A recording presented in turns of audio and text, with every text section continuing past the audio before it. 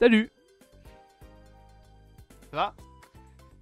J'ai toujours pas de Sonic dans mon décor.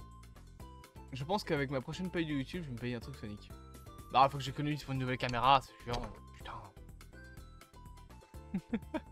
Ah, faut vraiment que je trouve du taf. Salut à tous, en du cinéma. Nous allons aujourd'hui parler de l'épisode 7 de Sonic Prime.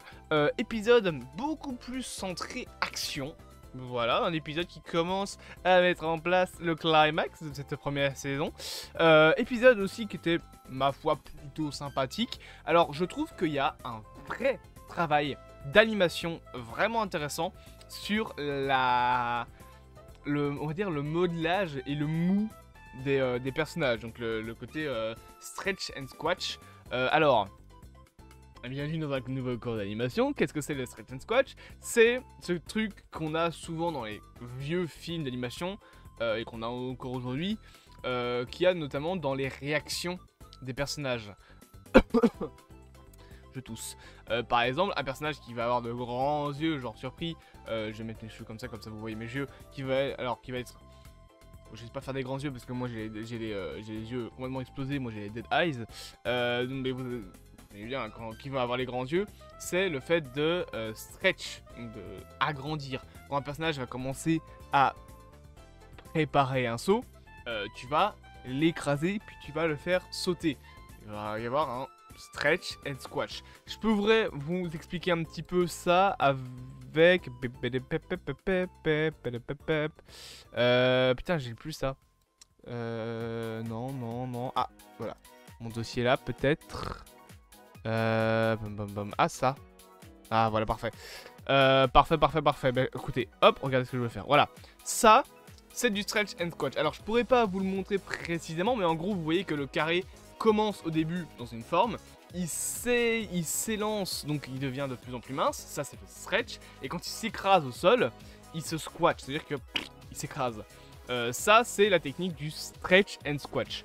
Voilà, vous aurez appris un truc aujourd'hui, merci professeur Layton. Et du coup, dans l'épisode, t'as toutes des scènes de combat avec Knuckles et Rouge notamment.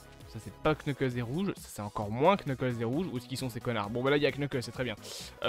Où tu vas avoir cette technique de stretch and squash, où ils vont se faire beaucoup étirer, leurs réactions vont être élancées. Tu vas avoir ce côté un petit peu mou dans leur mouvement.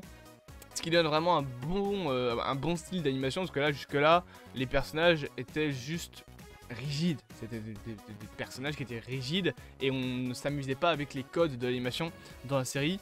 Là je trouve que dans l'épisode on a beaucoup plus, vu qu'il y a beaucoup plus de scènes d'action, ce côté stretch and squash. Par exemple, quand Sonic va faire une attaque boule là, dans les premiers épisodes c'était juste boule paf. Et bon, tu le voyais rebondir comme ça, comme dans les jeux Sonic. Là, maintenant, imaginez que ça c'est un ennemi, tu vas avoir Sonic déjà qui va s'écraser, s'élancer, se mettre en boule, taper une première fois, et quand il va revenir, la boule sera plus étirée, puis hop, il va retaper une deuxième fois.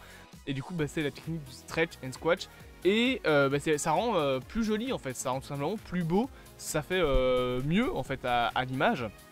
C'est plus beau, c'est plus cool à voir tout simplement, d'avoir en fait une animation un peu plus intéressante que juste un personnage qui va bouger comme ça, comme dans un film Transformers par exemple.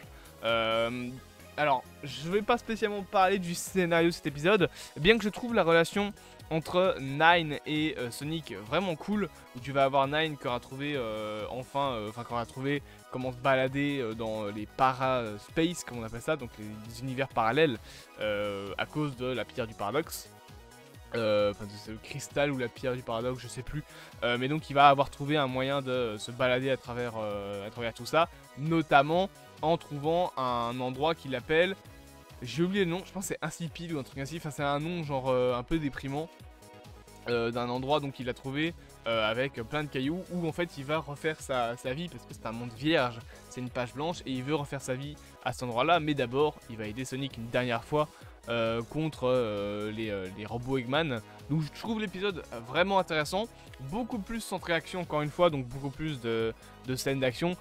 Ici par exemple vous voyez l'animation un petit peu plus recherchée, j'ai envie de dire, avec des plans de caméra plus recherchés. Là on est dans un plan vaisseau un petit peu étiré sur l'arrière, penché, voilà, avec les yeux bien foncés de Nine. Donc il y a de la recherche derrière, et c'est cool. Il y a enfin un petit peu plus de beauté, on va dire, dans l'animation, chose qu'il n'y avait pas beaucoup, je trouve.